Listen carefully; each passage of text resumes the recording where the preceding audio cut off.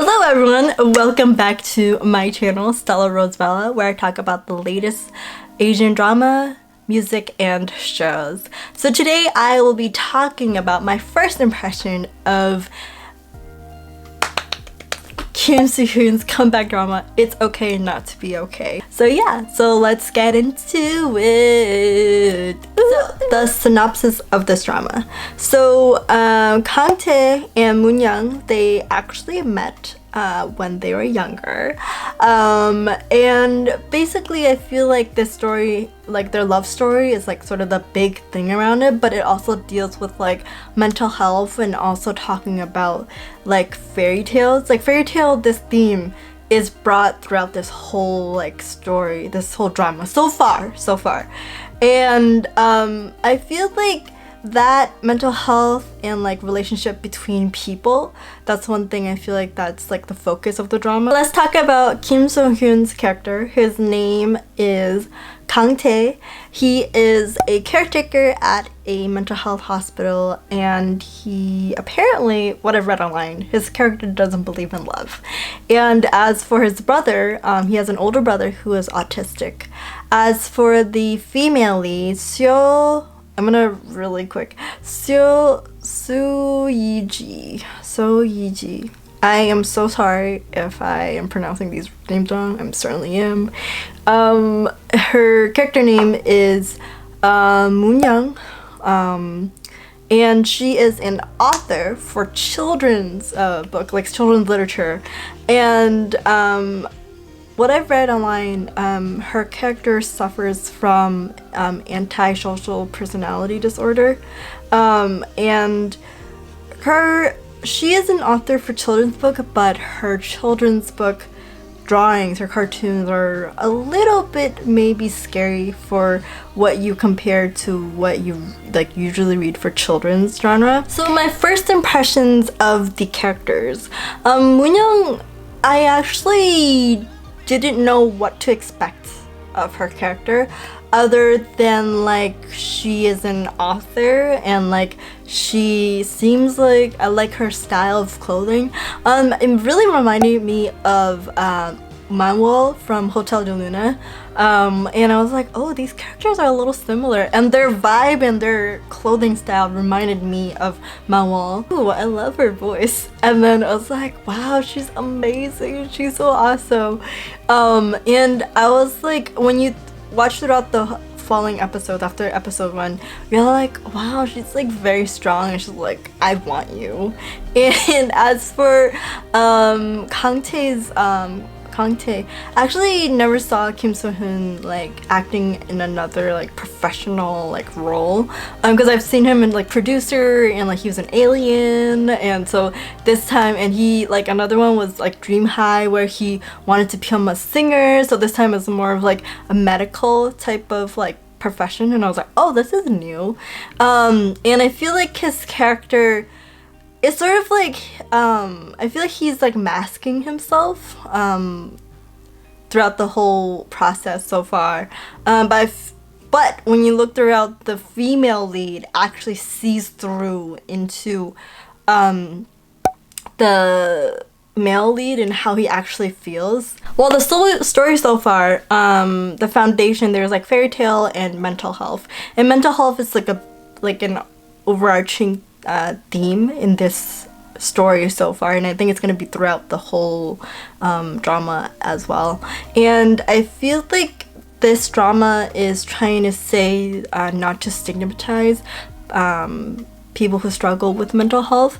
And why I say that, it's because the patient who ran out of the mental health hospital, the assemblyman's son, I think that's what you call that dad's character, but it's played by one of my favorite actors. And like he went up on stage, and he just like, his dad was, you know, like sort of like election sort of like promoting and everything. He went up on stage and like he just told the audience like how his parents treated him, how his parents were not that nice to him, and like sort of like was really mean to him, and just like because he was different compared to his other siblings, they just didn't, you know, it didn't seem like they treated him same way, and he knows that. And he's like, I just want, like, I act out because I want my parents to pay attention to me. And all his parents and his siblings saw was like, okay, this person needs help, and that's it. And when he went on stage and his eyes was like watery, that like broke my heart, because everyone just wants to be understood, and for him to say that, and I feel like this is sort of like one of the ways to go into and think about people who struggle with mental health and a lot of things, because time and time again there are people who struggle with mental health, and people think that, you know, because you broke your bone and everything physically, like, okay, we can tell that like you're hurt and everything, but mental, like inside your emotions and everything in your mind, people look at it differently, and that really breaks my heart. Her class, actually, she talked about what is fairy tale, so I quoted what she said, and she said that I'm gonna read it really quick. She said that it's a cruel fantasy that illustrates the brutality and violence of this world in a paradoxical manner, which I really thought about. And then, you know, like when you look into like the Disney stories, and like you look at the articles, and actually like the original story was actually not really a fairy tale story, and I was like, wow, this is like interesting in how her character and how the writers are talking about what fairy tales are, and like she talks about like, you know, fairy tale doesn't really give, like, it gives you like all these imagination and hopes and dreams. It's actually a way for you to face reality, and only when you face it straight on, that's like the way to resolve things. And she asks like people, like her students, like, what's the lesson of the Little Mermaid? And this is what she said. She's like, it's the lesson is that karma will bite you hard if you covet an engaged man. As for the ugly duckling, the lesson is like, the ugly duckling is like raising someone else's child is unrewarding, so you just look after your own children. So I was just like, interesting. I just thought that it was really interesting for the writers to like say that, and like to think about like a lot of other things, and I'm like, interesting. So as the stories of what Mun Yeong writes, her children's book, the drawings may look a little scary, but I feel like it's her book that really connected with Kang Tae as well, and I also felt it when I read the zombie kid, where the story goes on talking about how the zombie actually like eats like a lot of things, and like in order to live, and like at the end, like there was no more food left for the kid to eat, so the mom gave herself to let the kid eat, and then at the end he felt his warmth, and he's like, this is like my first time like feeling your warmth, along those lines. Okay, I'm not gonna say like, it may be a little inaccurate, but those are the idea. And the thing that I got from it was like, you know, the children, you know, it seems like they want so much, but actually they actually want like, you know, their parents' warmth, for like, you know, touch, like love language of like touching, and like and so like when I saw that, I also cried along as with Kang Tae. He cried after reading that story, and I cried a lot because like it goes through a lot of things where you think about like your parents and like so much that they've done, and sometimes maybe all you want is like, you know, your parent to tell you that you did a great job and like encouraging you. That's obviously from my own experience, but everyone's experience is different, but like it got me in a different way as well. When I say like people's relationship, like you can see throughout the whole drama so far, you can see glimpses of like Kang Tae and Mun Yeong's childhood. Kang Tae, like his mom actually, like his dad passed away, and so like his mom told Kang Tae as a kid that like the reason why I gave birth to you is because you can take care of your older brother. And as a child, to hear that, it's sort of like, what?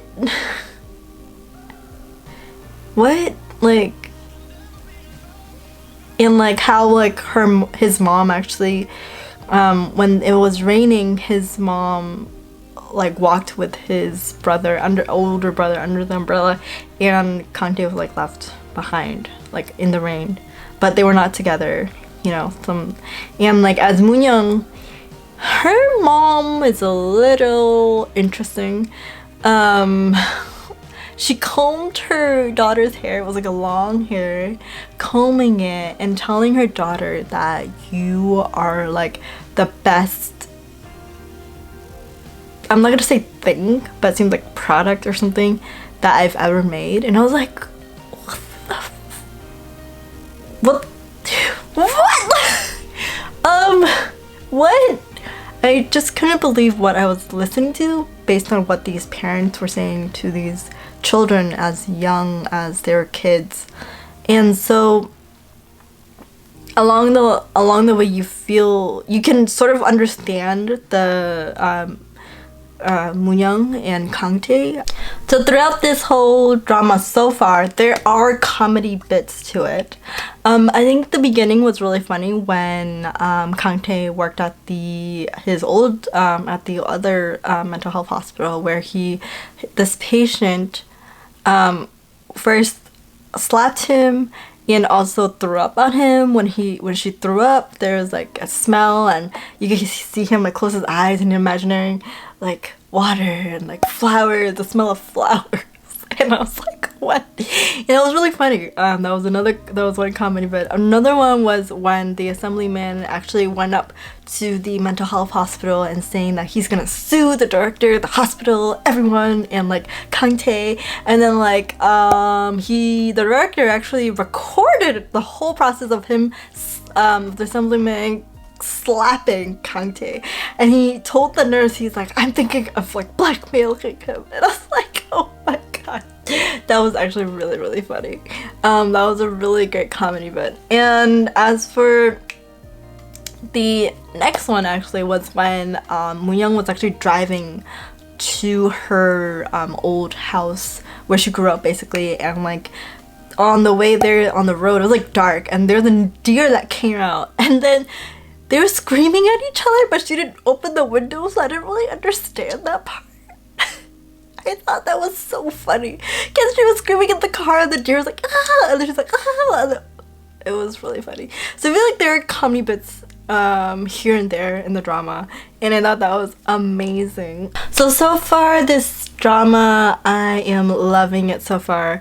I just want to see how this all unfolds with like the theme of like the butterfly, and like I wonder if like Kangtae's brother actually met Mun Yeong or his mom. I don't know. I feel like this butterfly story is connected with her story that she wrote, actually. So I'm just like wondering if they're both connected. And I don't know, I just want to see how these two people's, like, their characters, their relationship, how it's gonna build up. And also, like, I think like one thing I want to know is like her relationship, like Mun Yeong's relationship with her father. As you can see in the flashback, like her father actually wanted to like end her, basically. And so I don't know what happened. And I don't know, I want to know what happened to her mom.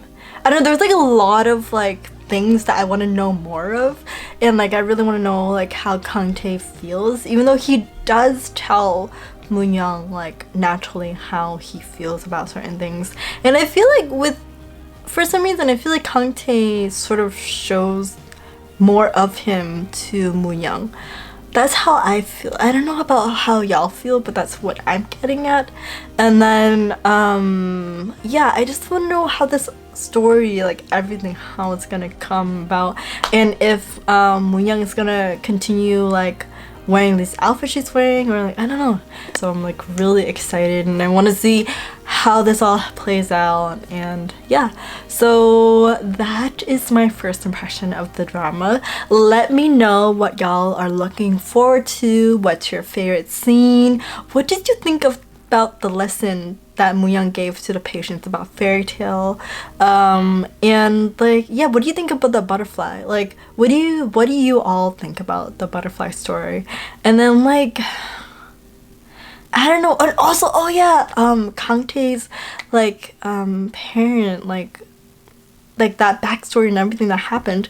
Like, yeah, I think like there's so much that I want to know, but that is what I have for this drama. Anyways, leave a comment below with answers to these questions. If you like this video, don't forget to give it a thumbs up. Also, if you like these type of videos, please subscribe. That would help. But anyways, thank you so much for watching this video. I will see you next time. Bye bye.